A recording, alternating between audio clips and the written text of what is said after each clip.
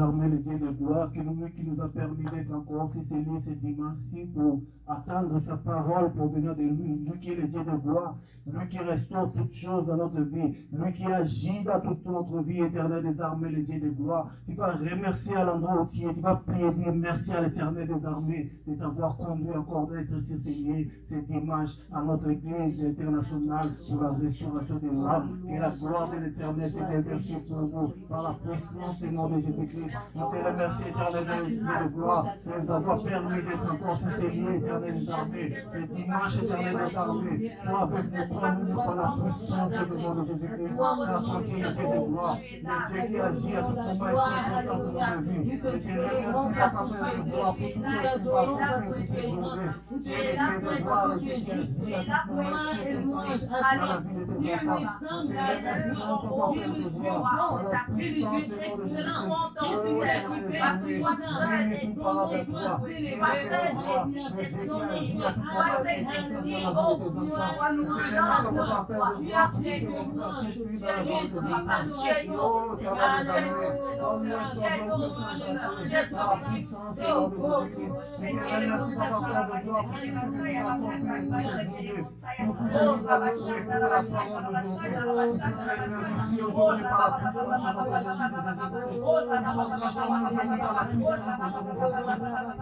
nom de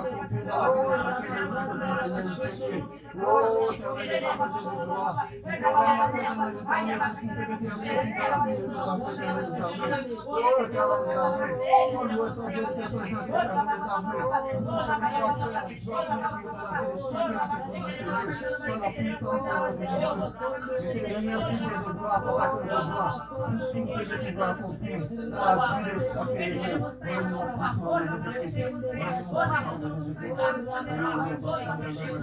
Oh, éternel des armées, nul ne comparera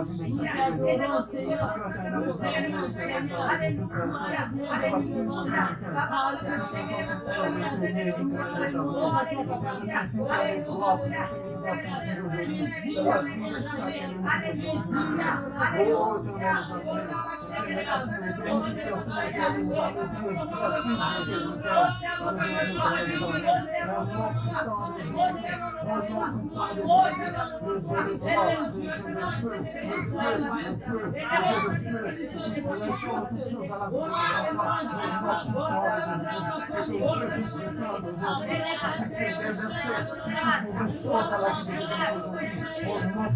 agit à tout moment et circonstance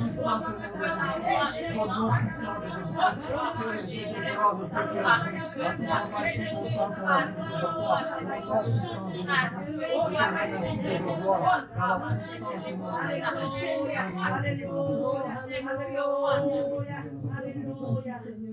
Te proclamons roi, présent au milieu de nous. Nous t'élevons par nos chants, nous t'adorons et nous t'exaltons. N'est pas l'ami, ton trône éternel.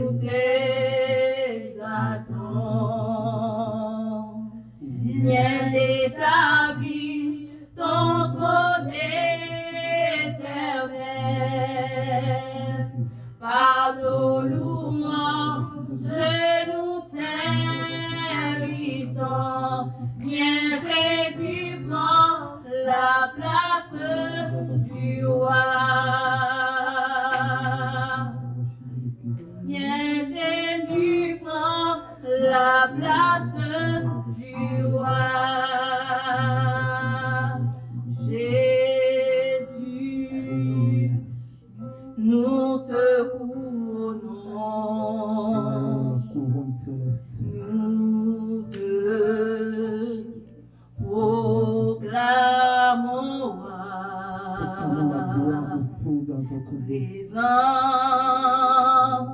au milieu de Les anges de l'Éternel vont nous. Nous camper. t'élevons par nos chants.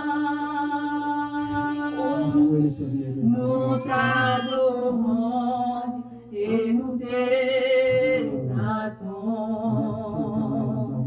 Viens établir ton trône éternel. Par nos louanges, nous t'invitons. Viens Jésus, prends la place du roi. Par nos louanges, nous t'exaltons. Viens établir ton trône éternel. Par nos louanges, nous t'invitons. Viens Jésus, prends la place du roi. Viens Jésus, prends la place du roi. Viens Jésus, prends la place du roi. Jésus, nous te couronnons, nous te proclamons roi, présent au milieu de nous. Nous t'élevons par nos chants,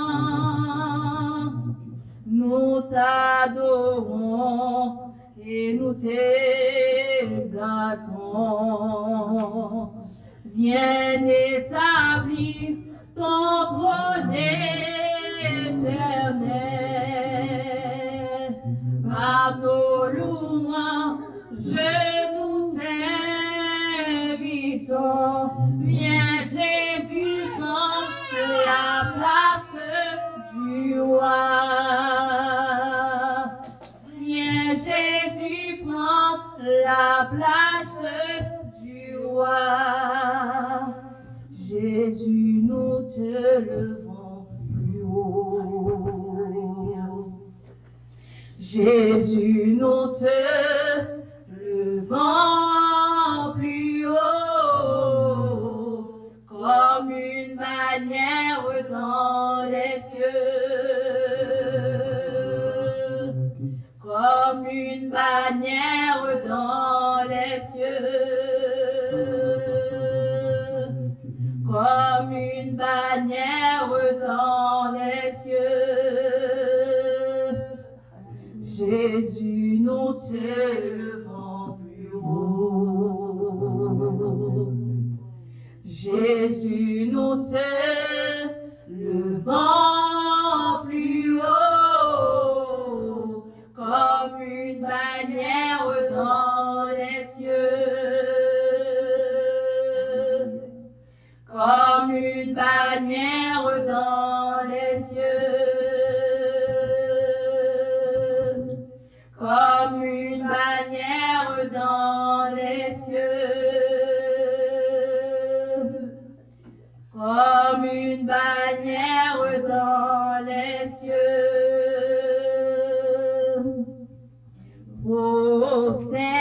prosternés, adorons Yahweh.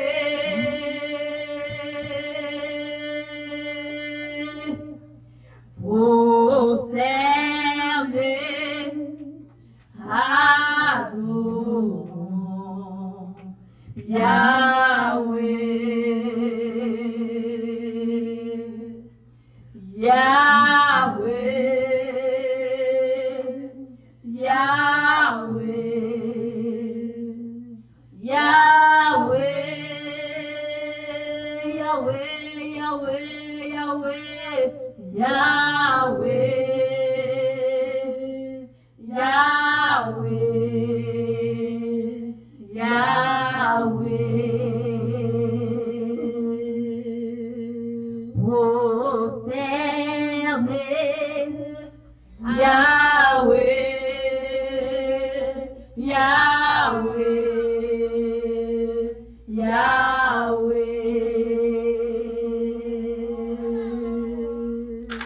merveilleux est notre Dieu. Tu es Dieu et tu fais de grands prodiges. Nous élevons ton nom si grand, prosterné, nous t'adorons, prosterné, prosterné, adorons Yahweh. Prosterné, adorons Yahweh.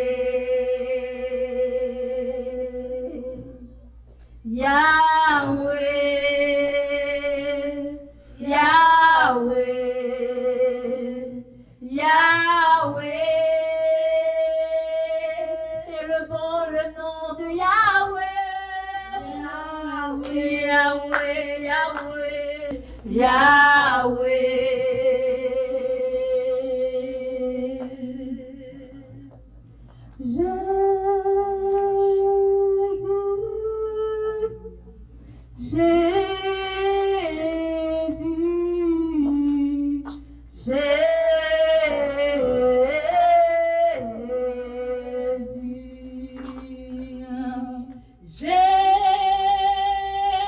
Élevons le nom de Jésus. Élevons le nom de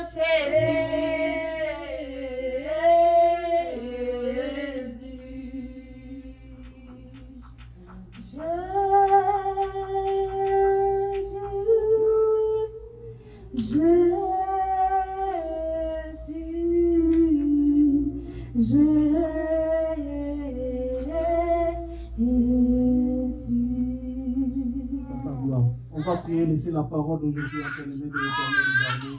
Que l'Éternel des armées puisse nous conduire dans ce moment d'enseignement, que le Saint-Esprit soit notre guide à tout moment et circonstance, durant le moment de l'enseignement d'aujourd'hui que nous allons partager. Que le Saint-Esprit nous guide par la puissance du nom de Jésus-Christ. Oh Papa, Père de gloire, nous venons en ce moment laisser l'enseignement d'aujourd'hui entre tes chefs, l'Éternel des armées. Dirige-nous par la puissance de ton Saint-Esprit à tout moment et circonstance durant le moment de la partage, pour le partage aujourd'hui de ta parole au nom de l'Éternel des armées. Je te remercie, Papa, Père de gloire, pour tout ce que tu vas faire dans la vie de chacun aujourd'hui. Toute personne qui a des problèmes, des difficultés, que cela soit neutralisé, Éternel des armées, par la puissance et au nom de Jésus-Christ. Ô Éternel des armées, cette parole puisse être une parole qui puisse transformer leur vie aujourd'hui par la puissance de la transformation au nom puissant de Jésus-Christ. Je te remercie, Père de gloire, pour tout ce que tu vas accomplir aujourd'hui dans la vie de chacun de nous, Éternel des armées, dans la vie de chacun qui va suivre ce message, dans la vie de chacun qui est Seigneur aujourd'hui, par la puissance du nom de Jésus-Christ. Je laisse ce moment merveilleux entre tes saintes mains, Éternel des armées, pour ce partage d'aujourd'hui de la parole. Dirige-nous par la puissance du nom de Jésus-Christ. Amen. Amen. C'est une joie d'être toujours dans la présence du Seigneur. Amen. Et de pouvoir partager la parole de Dieu. Ce dimanche, je ne vais pas prêcher. J'aimerais qu'on fasse un petit enseignement. Amen. Je pense qu'il est important de rappeler ces choses. Même si on a l'impression de les connaître déjà, on va quand même encore rappeler cela. Amen. Ça va t'édifier, ça va m'édifier, ça va me rappeler les bases sur lesquelles on se tient lorsqu'on parle des disciples. Amen. Et je pense que chaque jour, chaque dimanche, avant qu'on ne passe à la prédication, avant qu'on ne passe vraiment le culte, on va avoir un petit temps, en 30 minutes, l'école du dimanche. Amen. Pour asseoir les bases de notre foi. Amen. Aujourd'hui, nous parlerons du disciple de Christ? Amen. Amen. Demande à quelqu'un à côté de toi, est-ce que tu es un disciple de Christ? Alléluia. Amen. Est-ce que pose la question à quelqu'un, es-tu un disciple de Christ? Es-tu un disciple de Christ? Alléluia. Amen. C'est important qu'on se pose ces questions-là. Amen. Parce qu'il y a beaucoup de choses qui sont passées et parfois on a l'impression de ne pas connaître. Alors, on va répondre à quelques questions. Qu'est-ce que c'est qu'un disciple? Qui peut être disciple? Quelle est la conduite qu'un disciple doit avoir? Comment reconnaître un disciple dans ce monde? Quels sont les droits, quels sont les devoirs ici? Je pense que les deux derniers aspects, on ne va pas les aborder ce dimanche, mais on va essayer d'aborder les premiers aspects qui sont de savoir qu'est-ce qu'un disciple. Et ce dimanche particulièrement, j'aimerais faire un exercice avec vous. Amen. Amen. Nous allons essayer de citer les disciples de Christ. Amen. Amen. Nous savons que Christ avait les disciples. Maintenant, ce qui est important, c'est de savoir qui est disciple de Christ. Est-ce que vous pouvez me citer les disciples de Jésus? Amen. Amen. Jean, Oui, on a Jean, Pierre, Paul, Pierre, Philippe, Philippe. Étienne, Non, Étienne n'est pas un disciple de Jésus. Pierre, Matthieu, Oui, Pierre, Matthieu, oui. Luc, Barthélemy, bien. Barthélemy, Jude, oui. Bon, on va citer par ordre. Amen. Vous avez cité quelques-uns, c'est bien, vous connaissez. Mais l'exercice consiste à vraiment connaître les 12 disciples. Amen. On avait Simon que vous avez cité, que Jésus a surnommé Pierre. On a Jacques, on a Jean, que vous connaissez tous. Et on a André, on a Philippe, on a Barthélemy, on a Matthieu, on a Thomas, on a Luc, on a Thaddée, on a Simon le Canaanite et Judas Iscariote. Amen. Amen. Donc voilà les disciples que Jésus avait. Et nous savons que André, c'était le frère de Pierre. Vous voyez, il y avait des frères, même des familles dedans. Il y avait Jacques aussi qui était fils de Zébédée. Il y avait Jean qui était le frère de Jacques. Il y avait Philippe, Barthélemy, Thomas, Matthieu. Il y avait Jacques. Il y avait Thaddée, il y avait Simon, il y avait Judas Iscariote. Amen. Voilà, entre quelques mots, les disciples que Jésus avait. Alors, ce que nous constatons, c'est que le mot disciple est cité dans la Bible environ 270 fois. Amen. Et le mot, par contre, le mot chrétien est cité seulement 3 fois. Le mot disciple ici, là, renvoie à quoi? Ça renvoie tout simplement à celui-là qui est un élève. Ça signifie un élève du maître. Amen. Et moi, ce que je constate, c'est que le mot disciple renvoie à l'élève, à celui-là qui apprend. Et le mot chrétien renvoie au comportement. Parce que la première fois que le mot chrétien va sortir, c'est quand on va voir les gens qui se comportent comme Christ. En Antioche, on va dire que ce sont des chrétiens. Donc, le mot chrétien renvoie au comportement. Alors, c'est quoi un disciple? Alors, le mot disciple vient du mot discipulos, si vous voulez, qui signifie tout simplement élève. Celui-là qui suit l'enseignement du maître. Amen. C'est donc un apprenti, des personnes qui avaient suivi Jésus. On sait qu'il en avait choisi 12, et parmi ces 12-là, ce sont les personnes qu'il avait suivies. Alléluia. Mais dans la Bible, plus loin, dans le livre de Luc, chapitre 10, verset 1 à 24, on se rend compte qu'il y a encore plus de 70 des personnes qui sont en train d'intercéder, qui vont recevoir aussi le baptême dans le Saint-Esprit. Amen. Ce sont les personnes là que Jésus avait envoyées prêcher la bonne nouvelle. Et en grec, disciple, c'est tout simplement l'étudiant, un élève. Donc, si vous êtes disciple, ça veut dire que vous êtes des élèves, vous êtes des apprenants. Amen. Vous êtes au pied du maître. Et nous savons que la première condition pour être disciple, c'est accepter Jésus. Amen. Les disciples, quand Jésus appelait ses disciples, ils l'acceptaient. Donc, ils acceptaient de venir à lui, ils acceptaient de marcher avec lui. Amen. Amen. Donc, la première condition du disciple, c'est d'accepter le Seigneur. Alors, que fait un disciple? Un disciple écoute le maître. Amen. Amen. Il est assis quelque part. Le disciple ne va pas dans tout va, il ne monte pas, il descend, il joue n'importe comment. Non. Le disciple est assis quelque part et il écoute son maître. Amen. Amen. Et il reçoit ses enseignements, il accepte les enseignements du maître et puis il suit le maître avec fidélité. C'est pour ça qu'on appelait les disciples de Jésus les chrétiens, les petits Christ. Parce qu'ils marchaient comme Christ. Ils ont suivi l'enseignement de Christ, ils ont accepté cet enseignement et ils ont mis cela en pratique. Amen. Amen. Donc on va se rendre compte qu'à l'époque de Jésus, il y avait déjà des disciples, il y avait la vie, la société formait les gens d'une certaine façon. Et on va se rendre compte que c'est Jésus. Jésus n'était pas le seul qui avait les disciples. Il y avait les pharisiens qui avaient aussi les disciples. Amen. Dans Marc chapitre 2, verset 18, il est question de ces pharisiens-là qui avaient des disciples. Il est aussi question, là vous connaissez ça, des disciples de Jean-Baptiste. Certains ont rejoint Jésus. Amen. Amen. Donc, Jean-Baptiste avait des disciples, Jésus avait des disciples, les pharisiens, en fait, les scribes, il y avait beaucoup de personnes. C'était la forme d'éducation de leur époque. Amen. Amen. Et c'est comme ça que Jésus en a pris aussi certains qu'il a enseigné. Amen. Bien, quelles sont les caractéristiques donc d'un bon disciple? La première chose que nous allons savoir, c'est que le disciple obéit à son maître. Amen. Si tu dis que tu es un disciple de Christ, ça veut dire que tu obéis à ce que Christ te dit. Amen. À ce que Christ te demande de faire. Dans Actes chapitre 5, verset 29, il est écrit, Pierre et les apôtres répondirent, il faut obéir à Dieu plutôt qu'aux hommes. Alléluia. Amen. Donc le disciple obéit à son maître. Amen. Très important. Deuxième fait, c'est que le disciple, alléluia, marche. Il fait ce que le maître fait. Amen. Amen. Jean 15, verset 14 dit, vous êtes mes amis si vous faites ce que je vous recommande. Je vous commande. Amen. Donc le disciple ici, là, fait ce que le maître demande de faire. Troisième élément, le disciple aime son prochain. Amen. Amen. La Bible dit ici que nous devons avoir un amour envers nos frères. Dans Jean chapitre 13, verset 34 à 35, il dit ceci. Je vous donne un commandement nouveau. Aimez-vous les uns les autres.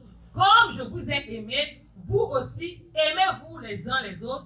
À ceci tous connaîtront que vous êtes mes disciples si vous avez de l'amour les uns pour les autres. Donc le disciple doit aimer les hommes. Alléluia. Amen. Aimer les humains. Aimer, s'aimer entre nous, même aimer même ceux qui sont au dehors. Alléluia. Parce qu'après, le disciple a cette mission-là de devoir évangéliser. Amen. Amen. L'autre élément, alléluia, c'est un commandement. L'amour que le disciple a manifesté ici, là, c'est un commandement. Rappelez-vous, le disciple marche comme le maître. Et dans Matthieu chapitre 22, verset 39, il est écrit, et voici le second qui lui est semblable. Tu aimeras ton prochain comme toi-même. Donc tu dois aimer ton prochain. C'est un commandement de Dieu. Ce n'est pas négociable. Ce n'est pas à peu près. C'est ce que tu dois faire si tu t'identifies comme chrétien, si tu t'identifies comme disciple de Christ. Alléluia. Amen. Il est écrit dans Luc 10, verset 27. Il répondit, tu aimeras le Seigneur ton Dieu de tout ton cœur, de toute ton âme, de toute ta force et de toute ta pensée, et ton prochain comme toi-même. Donc ici, là, un élément, ce passage nous ajoute un autre élément. Le disciple aime son prochain, mais le disciple aime premièrement Dieu. Amen. Donc si tu es disciple de Christ, la première chose qu'on doit avoir dans ta vie, c'est vraiment l'amour envers Dieu. Et cet amour-là ne se limite pas à des sentiments. L'amour-là, c'est avec toute ta force. Amen. Donc si tu es fort, tu sens un peu de force en toi, tu dois aimer Dieu. Amen. Tu dois aimer avec toute ta pensée. Ça veut dire que ta pensée ne doit pas être divisible. Il ne doit pas être des éléments dans ta pensée à un moment donné que tu aimes et des éléments dans ta pensée à un moment donné que tu n'aimes pas, qui prouvent que tu n'aimes pas Dieu. Amen. Tu dois aimer de toute ta pensée. Alléluia. Toute ta force, toute ta pensée, et toute ton âme. Alléluia. L'âme ici renvoie à nos émotions, à nos raisonnements. Alléluia. Toutes ces choses-là doivent aimer Dieu. Alléluia. Donc ici, on a l'amour suprême. L'amour d'aimer son prochain. L'amour d'aimer Dieu. Alléluia. Bien, quand on a ça, l'autre élément, le disciple est séparé. Et l'autre séparation ici, c'est la séparation avec la famille. Amen. Amen. Il est écrit dans Matthieu 10, 34 à 36. Ne croyez pas que je sois venu apporter la paix sur la terre.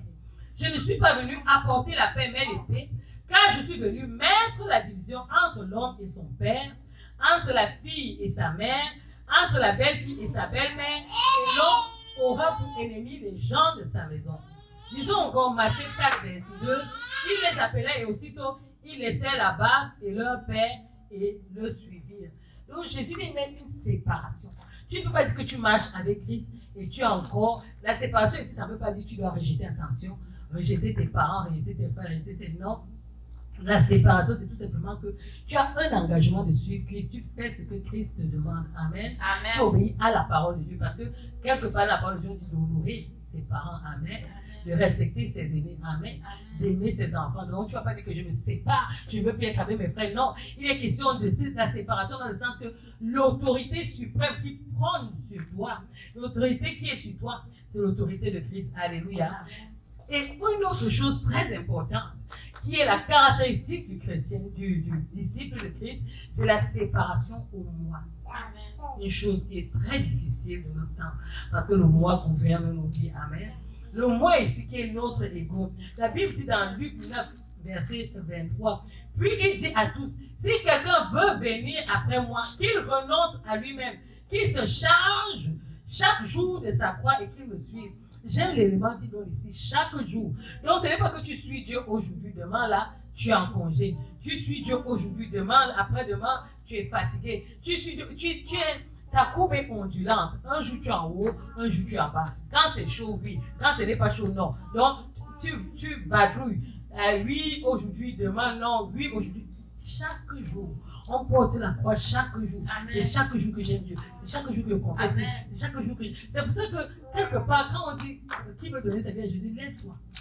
Ne crois pas que j'ai donné hier. Aujourd'hui, là, tu dois encore prouver que tu es. Alléluia. Ce n'est pas une chose. C'est une chose continuelle dans ta vie, constante. Alléluia. Amen. Donc, ici, là, chaque jour, le disciple se charge de sa croix et marche avec Christ. La journée s'est levée, je marche avec Christ. J'aime Dieu, j'aime Jésus, j'aime mon prochain, j'obéis à ses commandements, je marche dans cette discipline. Alléluia.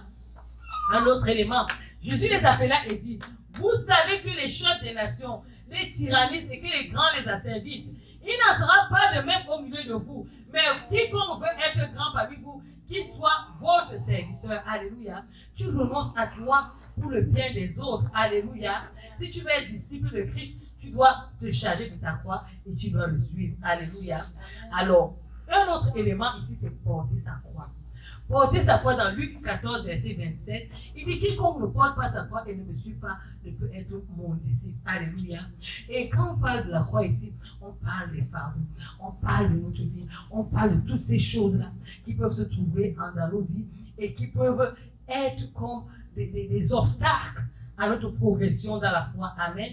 Jésus dit de porter tout cela. Il dit à un moment donné même de déposer, de nous décharger sur la croix de tous nos fardeaux pour marcher avec lui. Amen. Amen. Il dit dans Matthieu 10, verset 22, vous serez haïs de tous à cause de mon nom, mais celui qui persévérera jusqu'à la fin sera sauvé. Donc il y a l'action de persévérer lorsqu'on est disciple de Christ. Alléluia. Il y a un autre élément que nous négligeons qui arrive pourtant, c'est la persécution. Dans 2 Timothée chapitre 3, verset 12, il dit, oh, tous ceux qui veulent vivre pieusement en Jésus-Christ seront persécutés. Si tu décides de marcher dans la droiture, si tu décides de marcher comme Jésus veut, si tu décides d'honorer Dieu, si tu décides de vivre comme Dieu veut, tu vas vivre une vie de persécution parce que les gens n'ont pas aimé Christ, ils vont aussi te rejeter. Amen. Amen. Donc, ce sont ces éléments-là. Et la marche avec Christ, ce n'est pas une marche agréable. Philippe 1, verset 29 à 30 nous dit que nous allons avoir à souffrir. Amen. Nous allons mener, même, il parle même de combat. Ça veut dire qu'il y aura des choses, des forces adverses qui vont venir et nous connaissons notre ennemi principal. Alléluia. Amen. Parfois, il se masque tellement dans les personnes que tu ne peux pas le voir. Mais sache que tu as un ennemi qui combat ta foi. Amen. Amen. Et que tu devras gagner. Amen. Un autre élément important du disciple, c'est que le disciple demeure dans la parole de Dieu. Amen. Amen. Tu ne peux pas dire que tu es disciple et tu ne lis pas ta Bible. Tu ne peux pas dire que tu es disciple et tu ne consultes pas Dieu. Tu ne peux pas dire que tu es disciple et tu ne marches pas avec Dieu. Amen. Jean chapitre 8, verset 31 dit, et il dit aux Juifs qui avaient cru en lui, si vous demeurez dans ma parole, vous êtes vraiment mes disciples. Vous connaîtrez la vérité et la vérité vous affranchira. Alléluia. Donc si tu dis que tu es disciple, tu dois être un fêlé, comme les chrétiens de Béret. Ils étaient dans la parole. Alléluia. Ils ne quittaient pas la parole. Ils n'abandonnaient pas la parole. Ils étaient à fond dans la parole. Alléluia. Amen. Amen. Donc la parole est très importante pour les disciples. Un autre élément, c'est que le disciple doit porter du fruit. tu ne peux pas dire que tu es disciple, tu n'évangélises pas. Il dit ici là, dans Jean 15, verset 8, si vous portez beaucoup de fruits, c'est ainsi que mon Père sera glorifié et que vous serez mes disciples. Alléluia. Alors, quel fruit ici là? Il y a le premier fruit, c'est celui dont on nous parle dans l'évangélisation. Alléluia. Faites des nations des disciples. L'autre fruit, c'est le fruit que nous avons produit par notre propre vie. Alléluia. Le Galates 5, 22. Amen. Ce fruit-là, nous devons le vivre. Ce fruit-là aussi, il est manifesté dans 1 Corinthiens 13. Alléluia. Qui nous parle de l'amour selon Dieu. Amen. Si tu es vraiment disciple de Christ, on doit voir ces éléments-là dans ta vie. Amen. Il dit que si tu marches aussi dans Jean chapitre 14, verset 12, il dit que si tu es vraiment un disciple, tu vas faire des miracles et tu vas faire des choses plus grandes que lui. Amen. Je ne sais pas si on a déjà fait 1 millième ou 1 millionième de ce que Jésus a fait, mais sachez que c'est les choses que les disciples de Christ, les vrais disciples, sont appelés à faire et à manifester. Amen. Amen. Pas les pasteurs ici, on parle des disciples. Les disciples, c'est l'apprenant, c'est celui qui est au pied du maître. Amen. Un autre élément, c'est la séparation d'avec tout péché. Amen. Si tu es disciple de Christ, tu dois te séparer du péché. Il dit dans 1 Jean chapitre 3, verset 8 à 9, celui qui pêche est du diable. Car le diable pêche dès le commencement. Le Fils de Dieu apparut afin de détruire les œuvres du diable. Quiconque est né de Dieu ne pratique pas le péché, parce que la semence de Dieu demeure en lui et il ne peut pécher parce qu'il est né de Dieu. Alléluia. Amen. Donc si tu es disciple de Christ, tu dois pouvoir te séparer du péché. Amen. Amen. Et tu dois pouvoir louer Dieu, adorer Dieu, glorifier Dieu, te sanctifier. Alléluia. Tu dois pouvoir évangéliser. Amen. Amen. Tu dois pouvoir connaître la parole de Dieu, comme nous l'avons dit tout à l'heure. Alléluia. Car Jésus disait de demeurer dans sa parole. Amen. Alors les qualités du disciple sont quoi? La soumission, l'obéissance à la parole. Nous l'avons vu par exemple avec, si nous rentrons en arrière, le petit Samuel qui était soumis et obéissant à son maître Élie. C'est un très bel exemple. Amen. Qui était soumis au point où, quand Dieu l'appelait, il croyait que c'était Élie qui l'appelait. Ça montre, vous voyez la différence, ça montre combien le caractère que Samuel pouvait avoir devant le Seigneur. Amen. Le disciple est loyal. Comprenez? Il est honnête et il est loyal envers son maître. Il ne trahit pas son maître. Nous savons que parmi les disciples, il y en a un qui a été déloyal envers son maître. Mais l'exemple du bon disciple, c'est vraiment la loyauté. Amen. Amen. Et nous connaissons que c'est une qualité qu'un disciple devra avoir. Alléluia. Le disciple a une espérance. On n'est pas disciple juste pour être disciple. Le disciple a l'espérance que le maître va revenir et il viendra le chercher. Alléluia. Dans Luc chapitre 12, verset 35 à 40, on nous décrit, alléluia, ce que le disciple devra vivre. Alléluia. Que vos reins soient sains et vos lampes allumées et vous soyez semblables à des hommes qui attendent que leur maître revienne des noces afin de leur ouvrir dès qu'il arrivera et frappera. Heureux ces serviteurs que le maître à son arrivée trouvera veillant. Amen. Donc si tu es disciple, tu dois avoir l'espérance de l'enlèvement. Amen. Amen. Tu ne vis pas à tort et à travers. Tu as une espérance dans ta vie. Amen. Amen. Alors, le disciple a cette grande mission aussi, la mission d'évangéliser. Je l'ai cité déjà plusieurs fois. Dans Matthieu 28, verset 19, il dit, faites des nations des disciples. Alléluia. Amen. Il dit, Jésus s'approchant leur parla, disant, toute autorité m'a été donnée dans le ciel et sur la terre. Allez donc et faites les disciples, les nations des disciples, alléluia, les baptisant au nom du Père, du Fils et du Saint-Esprit, et leur enseignant à garder toutes les paroles que je vous ai recommandées. Amen. Ça doit être le cœur du disciple. Si tu marches sur les pas de ton maître, tu dois pouvoir évangéliser. Alléluia. Amen. Et je voudrais que vous sachiez qu'il y a des bons disciples, comme ceux que nous avons cités là, mais il y en a aussi de mauvais. Et les mauvais disciples sont, par exemple, ceux qui vont trahir leur maître. Tu peux trahir le maître comme Judas l'a fait en allant le vendre. Lui, il a carrément vendu parce qu'il avait l'amour de l'argent. Donc, tu peux vendre aussi. Vendre le maître ici, là, ça va peut-être que Jésus est déjà mort. Mais tu peux vendre le maître. C'est vrai, j'ai bien aimé qui m'a dit, oh, tu me jettes trop les pierres. Mais tu peux vendre le maître en aimant trop l'argent. Amen. Excusez, mais je dois dire la vérité. Amen. En aimant trop l'argent au point où tu mets l'argent devant à la place de Dieu. Amen. Tu peux vendre le maître et tu arrives au milieu des gens, tu n'arrives pas à considérer ton maître, tu considères plutôt qu'est-ce que les gens vont dire.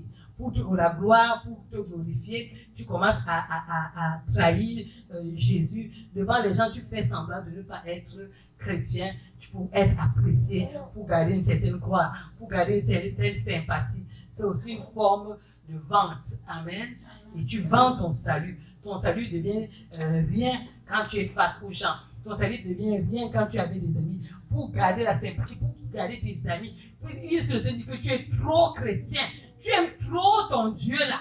Comment ton Dieu là, tu parles de lui chaque fois. Tu commences à parler avec eux. Tu fais des petits commentaires superficiels pour plaire, pour garder une certaine caste d'amis. Ça aussi, c'est une façon de vendre. Amen. Je ne vais pas entrer dans ça. Je vais juste énumérer quelques éléments pour nous montrer qu'il y a des faux disciples aussi. Amen. Le mauvais disciple, nous avons l'exemple de Simon le magicien. Simon le magicien a fait semblant d'accepter Jésus dans sa vie. Amen. Il a marché avec Jésus, mais il calculait quelque chose. Il y a des gens qui viennent au Seigneur, qui viennent à Christ, qui disent que, oh, je veux que tu viennes être mon maître, tu viens régner dans ma vie. Mais il calcule quelque chose. Simon, ici, lui, voulait les dons qui faisaient les miracles là. Parce qu'il faisait la magie, c'était des formes de miracles diaboliques. Maintenant, il voulait la magie de Dieu là, pour pouvoir continuer à user la galerie, ne sachant pas que le don de Dieu, ne se vend pas. Le don de Dieu, c'est pour l'édification des saints, c'est pour le bien de ceux-là, des humains, ce n'est pas pour se faire des gains. Amen. Donc, il y a ce danger-là.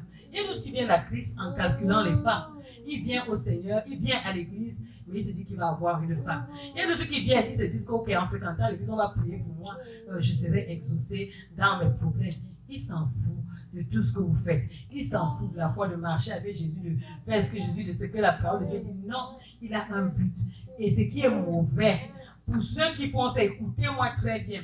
Ce qui est mauvais, c'est que Dieu lui lit les cœurs. Dieu lui ne regarde pas ta conduite, ce que tu embellis en venant à lui. Il regarde ton cœur, et quand ton cœur est rempli de pourriture, ton cœur est rempli de tous ces calculs-là, tu es en abomination devant lui. Et l'exaucement n'arrive pas. Tu vas faire 10, 15, 20 ans, l'exaucement ne viendra jamais parce que tu viens par intérêt. Tu calcules, tu te sers de Dieu pour pouvoir atteindre tes grades.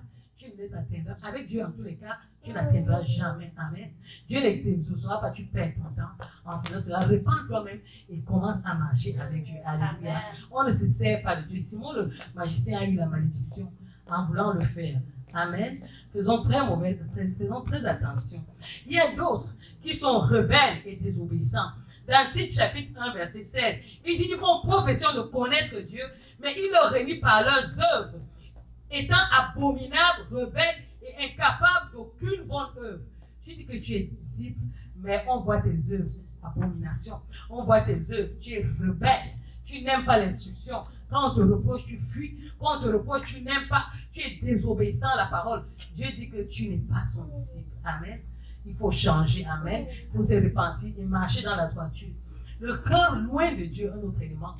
Vous êtes avec la vie. On est présent de corps, mais nos cœurs sont loin de Dieu. Ésaïe 29, verset 13 dit, le Seigneur dit, quand ce peuple s'approche de moi, il m'honore de la bouche et des lèvres, mais son cœur est éloigné de moi.